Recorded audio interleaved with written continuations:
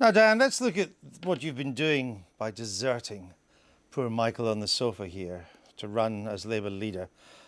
We discover you now claimed £1,100 on taxis, including an individual claim for £192. Is that acceptable for an inner London MP? The 190 figure is, I think, a dozen taxi bills. You put in one, you didn't designate each individual one. Well, no. When they will publish online the scanned receipts, and you'll see it's just a series of receipts for £15. But you just put in one bid for 192. No. I add it up. Do you think the taxpayer should be paying over £1,000 for you to run around London in taxis? I don't run around London. What I do is a couple of times a night I take a cab home to Hackney, which costs about £20. Yeah, a couple of. Why do we have to pay for that? Why don't you just dip into your own pocket? Because you're well paid. Because I don't do it until it's late at night, and in fact I don't do it anymore at all now because thanks to Ken Livingstone. No, thanks to Ken Livingstone, we've opened a new East London line, and there's a tube station at the end of my road. Before, the nearest tube station was Liverpool Street. We had to pay for your taxi rides. Well, you know, it is late at night, and it is only 2 or 3 cabs. When I go home late at night, I have to pay myself.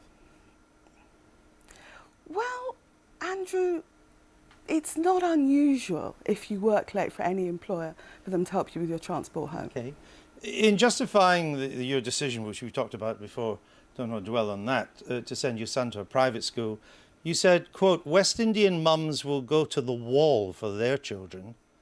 So black mothers love their kids more than white. Andrew, we've just had, I think, one of the most important budgets in a generation. I've said everything I'm going to say about where I sent my son to school. No, I'm not. That's what I want to. I don't understand this quote. No. Supposing Michael had said, white mums will go to the wall for their children. Andrew, I've got nothing new to say. Why would you say that West Indian mums will go to the wall for their children? Andrew. I mean, isn't that a racist remark? Andrew, I've got nothing new to say. Let's talk about the most important budget in a lifetime. I'm talking about what you've said. If West Indian mums are as wonderful as you say, why are there so many dysfunctional West Indian families in this country, and so many West Indian young men end up in a life of crime and gangs? I actually run an awards programme and have done for many years for London's top achieving black children.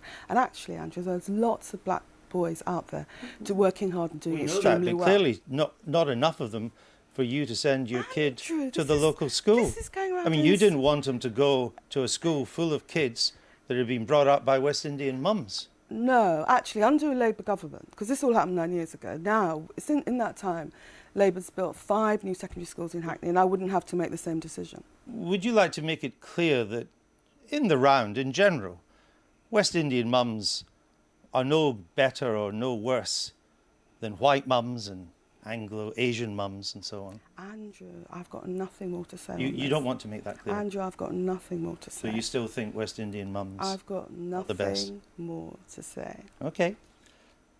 When we look at the positions you take, which are on the left of the Labour Party, what would you say to the criticism, or to the point, that what you stand for, unilateral nuclear disarmament, much higher taxes, much bigger state, these are precisely the policies that kept Labour out of power for 18 years? I would argue that if the Labour Party had listened to ordinary Labour Party supporters, it would have avoided a lot of gross errors, like the 87 pence tax, pension rise for old people, which caused a lot of offence, abolishing the 10p tax rate and going to war with Iraq. My view is that a government which listens to its own supporters will be more stable. Yeah, but what you've stood for in the Labour Party has never won Labour an election. You're telling me what I stand for. And I'm not quite sure. Well, you stand for unilateral nuclear disarmament. Yeah, because so that wasn't wrong. You want higher taxes. No, I stand for scrapping Trident. But and generals now are saying Trident was a Cold War weapon. You're not going to replace Trident with another nuclear deterrent.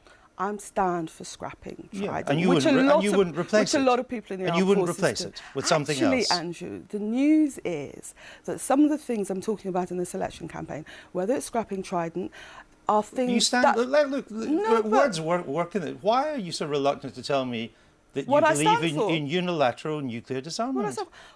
What I'm campaigning on in this leadership election is scrapping Trident. And yes, I think the ratio in filling this hole in the budget, in our budget, the ratio of 80% public sector cuts to 20% tax rises is the wrong ratio. I think that's right. I look forward to grilling your opponents in the same way. Michael, Afghanistan, is this mission now in real trouble? Yes, not necessarily terminal trouble, but I think it has been a very difficult week, partly because of the very large number of casualties, partly because of the McChrystal resignation. But I think behind the McChrystal, sacking. Yeah, it wasn't really a resignation, was it? Is a broader doubt about whether the American surge has had any sort of success. And everybody is having to go out there and say, well, it's taking much longer than we thought.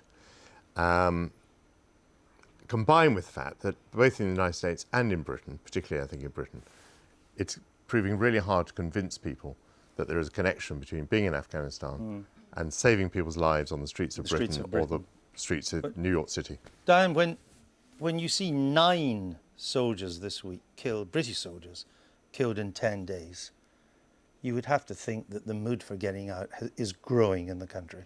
It's not just the actual deaths. What you've got in Afghanistan is a wholly disproportionate rate of mutilations, much higher than any... Oh no, I've seen that too. Horrible, life-changing. Yeah, and it's to do with the Do you get a sense public opinion is going your way on this? I think public opinion wants to see us come out of Afghanistan. No Western countries won a war in Afghanistan for over a century. Who are you giving your second preference to? I haven't made up my mind. Will you tell us when you do? Of course. You'll be the first to know, Andrew. It'd be good to find out something.